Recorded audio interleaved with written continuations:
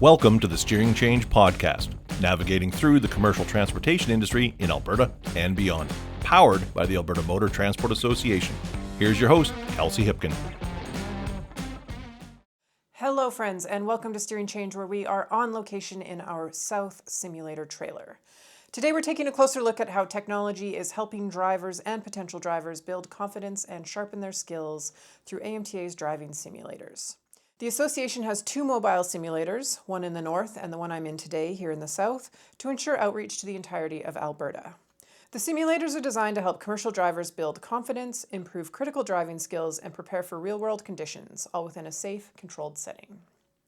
With various scenario modules available, training can be tailored to each driver's needs, helping them develop skills, build confidence, and prepare for any challenges they may encounter on the road. But that is enough from me. Let's hear from the folks who know these simulators best. Along with our Steering Change producer, Robin Betts, we spent the day with Rob Destree, Senior Instructor Driver Development, and Cliff Litke, Senior Advisor Member Services, in the simulators themselves, learning their ins and outs and how they can benefit both our members and industry in general. Stay tuned to the end of this one, as we'll also be chatting with Rob about AMTA's newly rolled out Professional Driver Improvement Course, or PDIC. Let's get to it. Rob Destree, tell us your title and what you do with us here at AMTA. So my name is Rob Destree. I'm Senior Instructor for Driver Development at AMTA, and I do quite a few things: long combination vehicle program, training, PDIC, and simulator work with Cliff. Speaking of Cliff, Mr. Litke, tell us your title and what you do with us here at AMTA. Senior Advisor, Member Services. Work with you fine people on the simulator. Also support members and carriers with compliance, WCB, OH&S, that kind of stuff. And as mentioned in the intro, we are talking about our simulators today. We have a new trailer. We are coming at you live from inside our new trailer, as a matter of fact. Cliff, tell us about the need for a new trailer and why we made this happen. Well, the other simulator was based in the trailer already, and the second simulator we had was housed in cabinets, so we would have to take it to a carrier, set it up, find something to do with the cabinets, and what was happening, it was just slowly getting damaged to the point where eventually it was just not going to be usable. So we ended up building another trailer. This one's about 4 feet longer, I believe, than the other one. Somehow, we don't know how that happened, but yeah, so now we got two simulators that are completely enclosed in fifth wheel trailers, and we can take it wherever we need to. Carriers can come and take it as well, and if they don't need an instructor to go along with it. And yeah, now we just got two. And Rob, have we been seeing an increase that this is going to make our lives easier, that we have a dedicated north and south trailer to accommodate carriers' needs? I think it will, because it's pretty steady down here in the south end with a couple of carriers, Airdrie, Brooks, that kind of thing. And then the other carriers that we've rented to, Grand Prairie, Peace River, Fort Mac, it's just going to save a lot of travel time and wear and tear on our existing trailer if this one's based closer. And there were times when we've had to turn work down, or turn rentals down, pardon me, because the one in the south was already rented. So now we have the opportunity to have them both rented out at the same time in the trailer.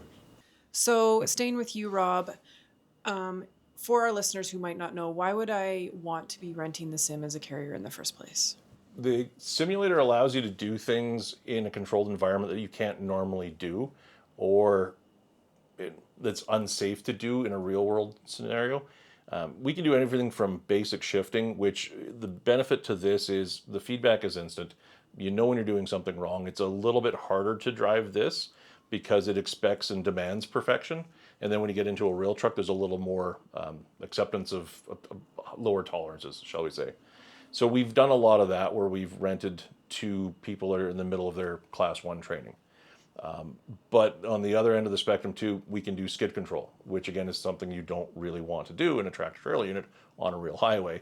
We can do it in here over and over and over again. So repeatability in a safe environment is the biggest advantage to sims. There's less pressure. People can focus on the task at hand. And then when they get into their other vehicle or into their regular truck, they've already built up that that habit or that schema that allows them to do things without conscious thought, hopefully. And Rob, you and I touched on this earlier, but I'm going to ask you again, and Cliff, feel free to jump in when needed. You are taking this places. Sometimes you are teaching. Tell me a bit about like how long are people renting? Why are they renting? Are we staying with them that whole time? Are they designating people to train their own people? Can you kind of delve into that? The answer to that is yes. All of that is yes. So we will do anywhere from a 2 hour block with a novice, for example, who may just want that little extra bump in their class 1 training, all the way to like a half day thing where we've gone to a high school or we've gone to a trade show and we've put people through. We've had high school students come through in terms of, or at different events where they're trying to drive interest in class 1 trucking, because as we know, we've seen a great drop in the whole, driving thing. It's, it's not a career, it's a job, and people have it's kind of fallen out of favor as a career. So we're trying to help build that up and show them that there's a lot of cool things you can do with this. All the way till we've had multiple week rentals, right? So City of Airdrie, for example, they'll be having it in a couple of months here. They'll be doing their snowplow training and their firefighter training with it. So they've got a trainer on staff who we've taught.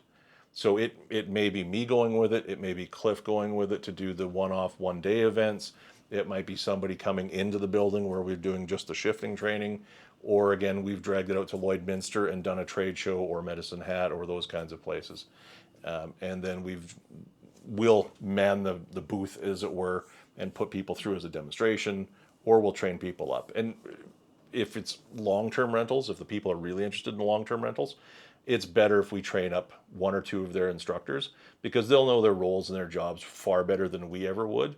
So we can show them how the simulator works, what scenarios we would advise, get them to build lesson plans for their people, and then turn them loose. And we can deliver the sim to their location and leave it, or they can come pick it up and drag it all over the province if they want, with the proper insurance. But the Calgary-based sim has been to Fort Mac, Peace River, Grand Prairie, Lloydminster. If there's a point on a compass in this province, it's probably been there, and it's even been out to Vancouver Island for an event with a fuel hauling company. So, Cliff, anything you want to add? No, actually, I just wanted you to touch on that we do train the trainers. So I think that's the better opportunity for the larger carriers or anybody that's going to rent it for a longer period of time, is to, like Rob touched on, was to train 1 or 2 or even 3 of their instructors to operate the simulator, and we can give them some tips on how to operate it and talk to it, and just like Rob said, let them loose. And so I want to take a couple of things you said, Rob. You mentioned, both kind of touched on the stigma of what it means to be a truck driver, what it means to have this career, and that we do take the simulators out to trade shows. Yep. Those might be high school or trade show events. It might be other industry events. Like I know, for example, we've been to an oil and gas event this past summer. So can you both kind of touch on the importance of people who might not be familiar with commercial driving getting to experience this through the simulator? Cliff is a truck driver for a long, long time. Long time. You know what? I like how Rob positioned it when he said that truck driving has kind of come out of favor. And one of the things that we're trying to do with the simulator is bring the professionalism back into the industry.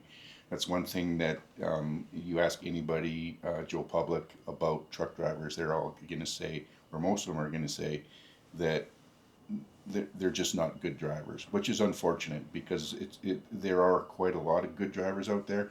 It's just the ones that aren't very good just seem to get the limelight.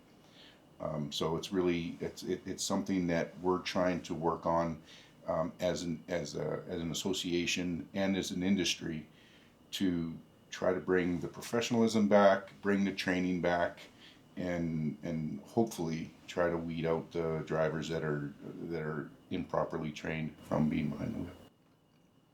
For our drivers listening to this out there, we do see you, be safe, and we appreciate the work that you do. Okay, now that we've covered a lot of that sort of thing, let's dive into more of what the sim is capable of. Tell me about some of the different programs, what people can experience when they are training with us. Rob. we have a variety of vehicles, which is the one of the big things. We can go right from a pickup truck to a pickup truck with a trailer to a dump truck with trailer, into tractor trailer units. So we've got several. Well, we've got at least two van body. We have a flatbed. We've got fluid hauling, so we can teach about surge and fluid motion under braking and acceleration.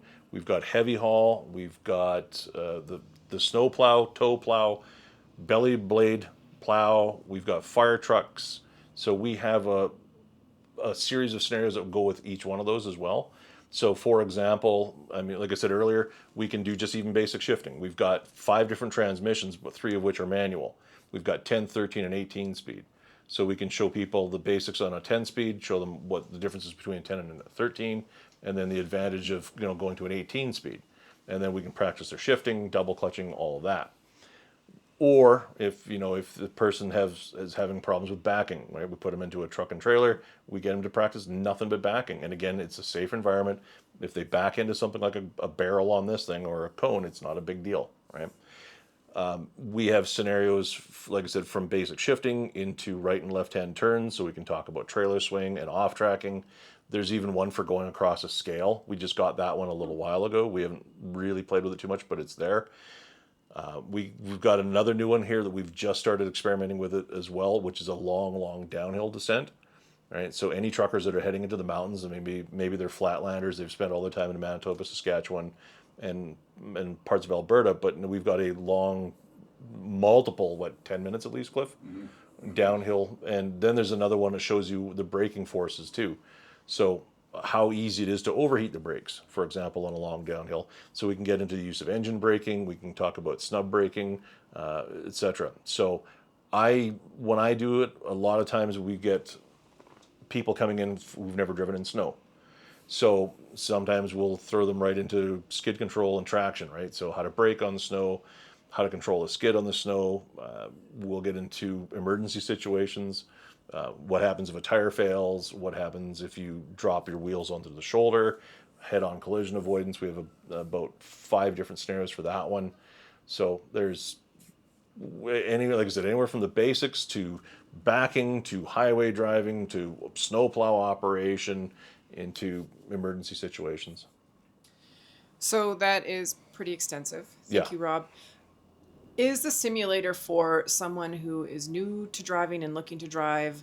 Can I be a seasoned driver and I'm just looking to freshen up on things? Can you kind of delve into that? I can kind of touch a bit on that. For seasoned drivers, it would all depend on the driver you're going to get.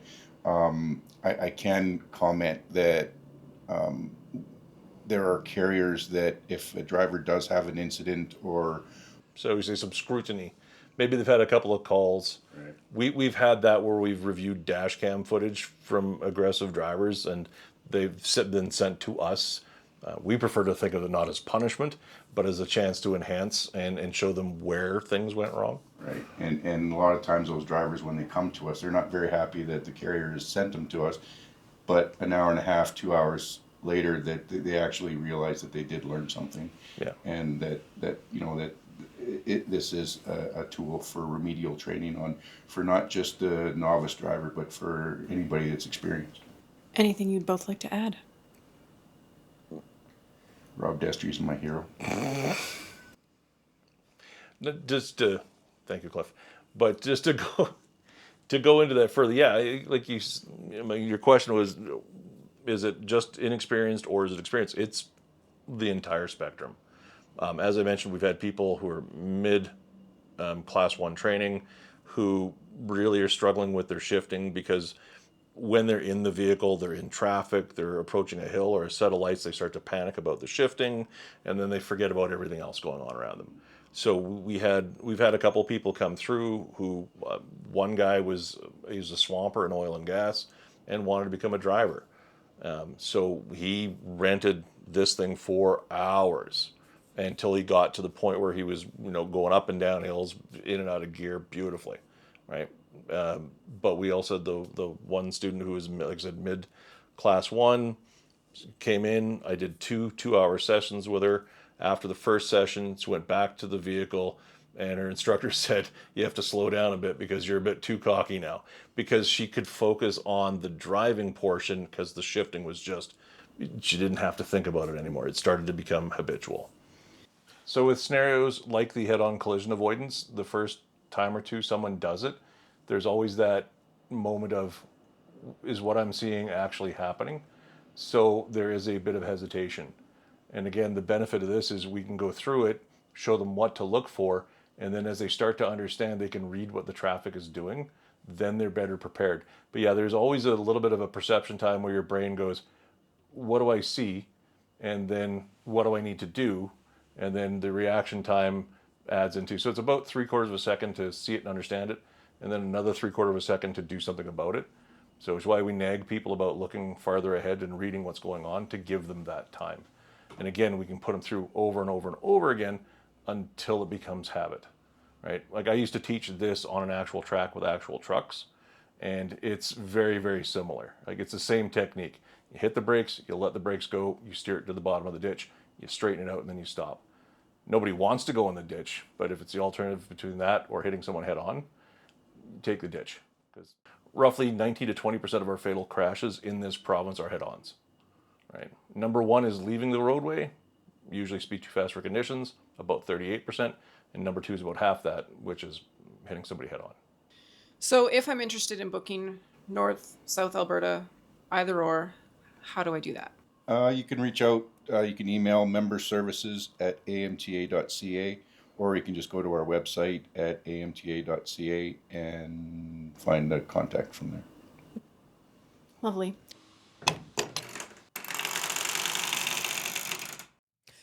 Hello again. We are back in the studio, and Rob has stayed with us. Rob, welcome back. Thank you for having me. Thank you for your time on the sim, yourself and Cliff. Now let's talk training of a different sort, Okay. in the form of PDIC or Professional Driver Improvement Course. First of all, tell me what that is. So the Professional Driver Improvement Course allows carriers to send, well, drivers obviously to us who may have demerit points on their license. And by taking a course every 2 years, you can remove up to 3 demerit points from a driver's license. And from an AMTA perspective, do we have this course? Do we offer this course? Tell me more about that side of things. We do. We're pretty excited now. We've got our own PDIC course. Prior to a few months back, it might even be a year ago now, we had one in our online store, but we didn't own it. It was owned by Fleet Safety International.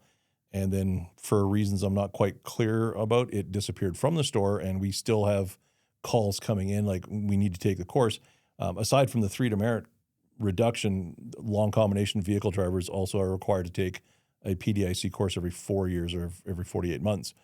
So we saw an opportunity. We said, well, you know what, let's make our own. So we engaged the services of some outside contractors and did a lot of our own internal work. And we've got our own online PDIC course. And is there a timeline on when that will be accessible to everyone? So goal, we're shooting for the beginning of September. Right now, we got blessed a couple of weeks ago from the province with the license. So our license got updated for the online version. But with the online version, there's some extra steps you need to take in terms of wherever you're hosting it, there has to be security of like 128-bit encryption, et cetera, et cetera. So we're getting through those details right now, what the registration page looks like, what information we need to capture, and then the process on the back end once the driver has taken the course, the notification comes back to us so we can generate the certificate for them and how long that's going to take, et cetera. Fantastic. And for our listeners who might be interested in this course, we'll make sure to have details in the show notes, but keep an eye on our socials as well for the official launch. Rob, anything to add on PDIC? No, again, we're just excited to have that one, the online version coming out. And of course, members do get a discount. We should probably mention that. I'm sure the member services team would like that. Absolutely. Little call out. And now we're starting the process of the in-person one because we still have an in-person one. It just needs to be refreshed because it's 8 years old. So It's time for a new one. So we're going to make a more better version of the PDIC course for the in-person sides, which we still do. We do in person. We have a second instructor now in Darm, and we'll be able to do the in-person side because we're getting carriers that want people in seats in front of an instructor too. Mm-hmm. So if the online works, great. And when we get the in-person one, we can go in and work with the drivers in, it's easier to do the one-on-one, or not, sorry, let me rephrase that. It's not one-on-one, but the in-person side where it's the instructor can ask the questions or be asked questions as well to fill in the blanks that online doesn't always give you. Okay, fantastic. Thank you, Rob. Thanks much.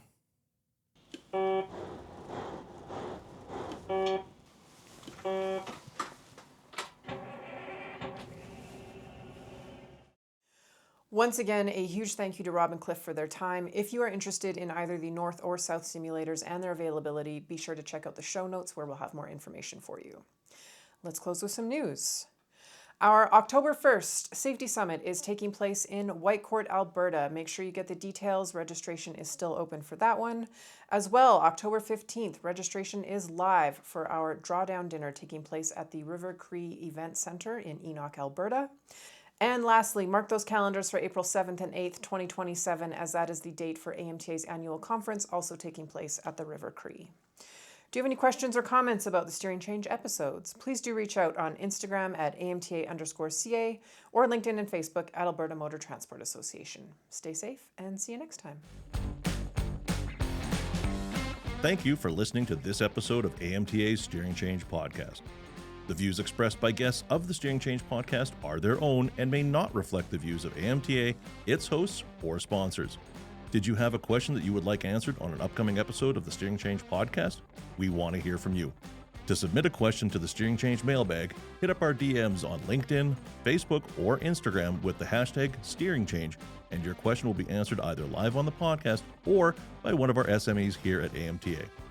We ask that you share this episode with those in your network that could benefit from what we discussed today, and make sure to subscribe to our podcast on your favorite podcast platform so you can be notified when future episodes are released. You can learn more about us and our mission by visiting www.amta.ca. Now get out there and have a safe day.